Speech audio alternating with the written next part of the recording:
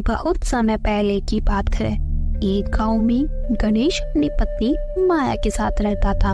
उसके पास एक छोटा सा बगीचा था जिसमें वो अमरूद की खेती किया करता था, जिसकी वो बहुत अच्छे से देखभाल किया करता था।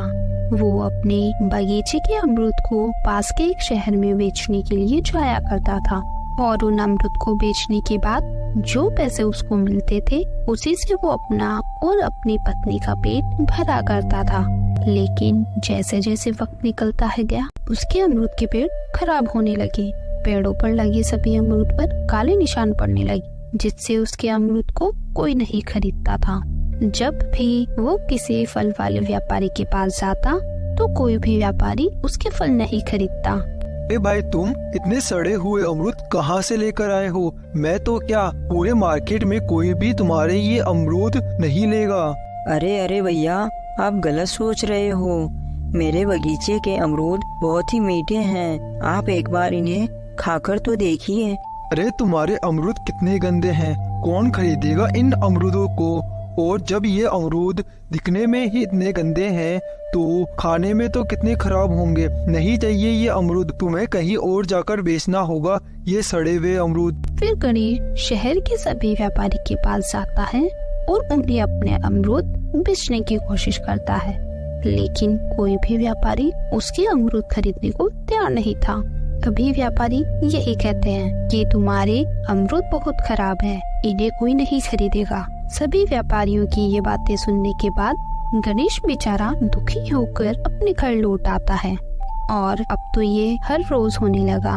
वो बेचारा रोज रोज अमरूद बेचने शहर जाता, लेकिन कोई भी व्यापारी उसके अमरूद नहीं लेता।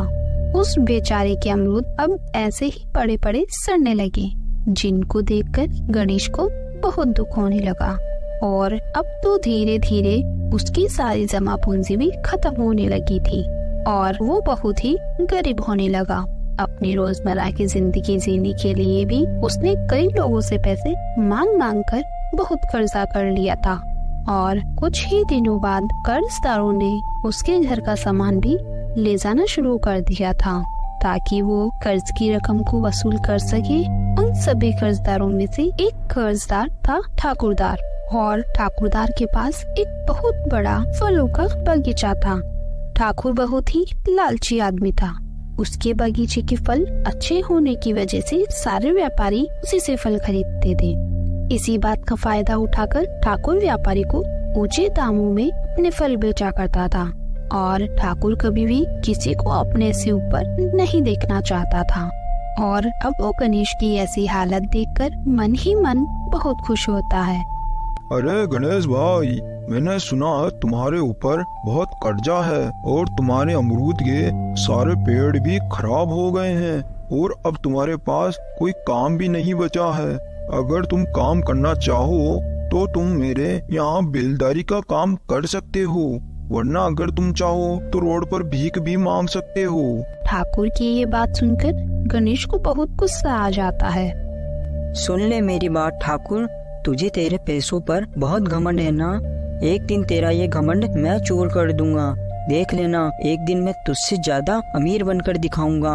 और सुन ले, तेरे यहाँ काम करने से अच्छा मैं भीख ही मांग लूंगा। फिर गणेश की ये बात सुनकर ठाकुर को बहुत गुस्सा आया। पागल आदमी, मैं तो तेरा भला सोच रहा था, लेकिन कोई बात नहीं, गधा गधा ही होता है, तू नहीं समझेगा। और मैं भी देखता हूँ तू मुझसे ज्यादा अमीर कैसे बनता है। और अब एक बात और, तेरे पास मेरा कर्ज चुकाने के लिए केवल 25 दिन है। अगर तूने 25 दिन में मेरा कर्ज नहीं चुकाया तो मैं तेरे घर पर कब्जा कर लूंगा। ध्यान रखना अब तुम मेरी बात का, केवल तेरे पास 25 दिन है अब। इतना बोलकर ठाकुर वहाँ से गुस्से में चला जाता है। गणेश भी दुखी होकर अपने घर चला जाता है। माया, अब मुझे कुछ समझ नहीं आ रहा, अपन अपना कर्जा कैसे उतारेंगे। अब तो मुझे कोई 1 रुपया देने को भी तैयार नहीं है और अब मैंने अगर कर्जा नहीं चुकाया तो ये लालची ठाकुर अपने घर पर कब्जा कर लेगा और अपन को रोड पर रहना पड़ेगा। अरे, आप इतनी जल्दी निराश क्यों होते हो? ऐसे कभी भी हार नहीं माननी चाहिए। भगवान ने अगर हमें इस धरती पर भेजा है तो वो हमें भूखा नहीं रखेगा, कोई ना कोई रास्ता जरूर मिलेगा। और अब आप खाना खा लीजिए, आज केवल एक रोटी ही बची है, क्योंकि आज घर में केवल 2 रोटी का आटा था। वो दोनों ये सब बातें कर ही रहे थे कि तभी बाहर से उन्हें आवाज आती है। अरे यहाँ कोई है, मुझे बहुत भूख लग रही है। मैं काफी दूर से अपना सफर तय करके आ रहा हूँ। अगर आपके द्वार मुझे कुछ खाने को मिल जाता तो आपको इस ऋषि मुनि की बहुत दुआ लगती। इतना सुनते ही गणेश की पत्नी घर के बाहर जाती है। प्रणाम ऋषि मुनि, आप मुझे माफ करना, मैं मजबूर हूँ। जैसे ऋषि मुनि के सामने मैं झूठ नहीं बोल सकती कि घर में खाने को कुछ नहीं है, क्योंकि अभी तो घर में एक रोटी बची हुई है। लेकिन ऋषि मुनि, वो एक रोटी मेरे पति के लिए है, क्योंकि उन्होंने भी सुबह से कुछ नहीं खाया। गणेश अंदर से ये सब सुन लेता है, इसलिए वो एक रोटी को लेकर बाहर आता है। प्रणाम ऋषि मुनि, आप इस भोजन को ग्रहण कीजिए। मैंने तो अभी बाजार में कुछ खा लिया था, मुझे भूख नहीं है, आप इसे खा लीजिए। गणेश की इस बात से ऋषि मुनि समझ चुके थे कि उसने भी सुबह से कुछ नहीं खाया और वो झूठ बोल रहा है। गणेश की इस इंसानियत देखकर ऋषि मुनि बहुत खुश हो जाते हैं। गणेश बेटा, मैं तुम्हारी इंसानियत देखकर बहुत खुश हुआ। तुम्हें मुझसे जो भी मांगना है तुम मांग सकते हो। नहीं नहीं मुनि, मुझे आपसे कुछ नहीं चाहिए, ये तो मेरा फर्ज है। आप बस मुझे इतना सा आशीर्वाद दे दीजिए कि मेरा सारा कर्जा उतर जाए और मेरी सारी गरीबी दूर हो जाए। गणेश की ऐसी बातें सुनकर ऋषि मुनि ने अपनी शक्तियों से एक पानी का लोटा प्रकट किया। बेटा, ये कोई साधारण पानी नहीं है। तुम इस पानी को जिस भी पौधे में डालोगे वो पौधा अमर हो जाएगा। उस पेड़ के फल कभी खराब नहीं होंगे। ऐसा बोलकर ऋषि मुनि गणेश को लोटा देकर वहाँ से चले जाते हैं। क्या सच में ऐसा हो सकता है? फिर गणेश उस लोटे को लेकर अपनी बगीचे में जाता है और अपने सभी अमरूद को पेड़ों पर उसका पानी डाल देता है और अपने घर आ जाता है। फिर अगले दिन सुबह जब गणेश अपनी बगीचे में जाकर देखा तो उसके सारे अमरूद के पेड़ों पर अलग ही चमकदार अमरूद लगे थे। तो वो एक अमरूद को तोड़कर हाथ में लेता है, तभी वो अमरूद एक सोने का अमरूद बन जाता है। यह देखकर गणेश बहुत खुश हो जाता है और उस अमरूद को लेकर शहर के एक सुनार के पास आता है। सुनार उस अमरूद की जांच करके गणेश को अमरूद के बदले काफी सारे पैसे दे देता है। तो गणेश पैसों को लेकर सबसे पहले ठाकुर के यहाँ जाकर उसके कर्ज के पैसे लौटा देता है।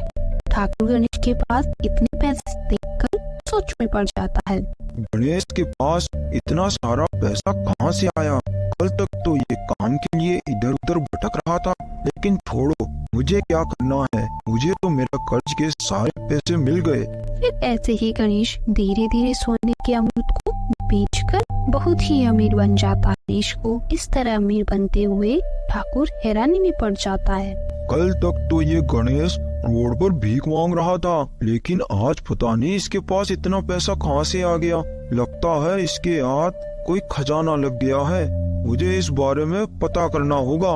फिर रात में ठाकुर गणेश के बगीचे में जाता है और उसके बगीचे में हरे भरे अमरूद देखकर खुद से बोलता है, लगता है इसके अमरूद सोने के हैं, इसीलिए ये रोज रोज शहर के सुनार के पास जाया करता था।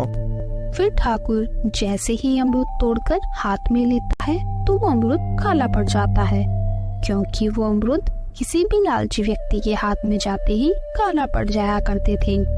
उन अमरूद को केवल वही व्यक्ति तोड़ सकता था जिसके मन में कोई लालच ना हो।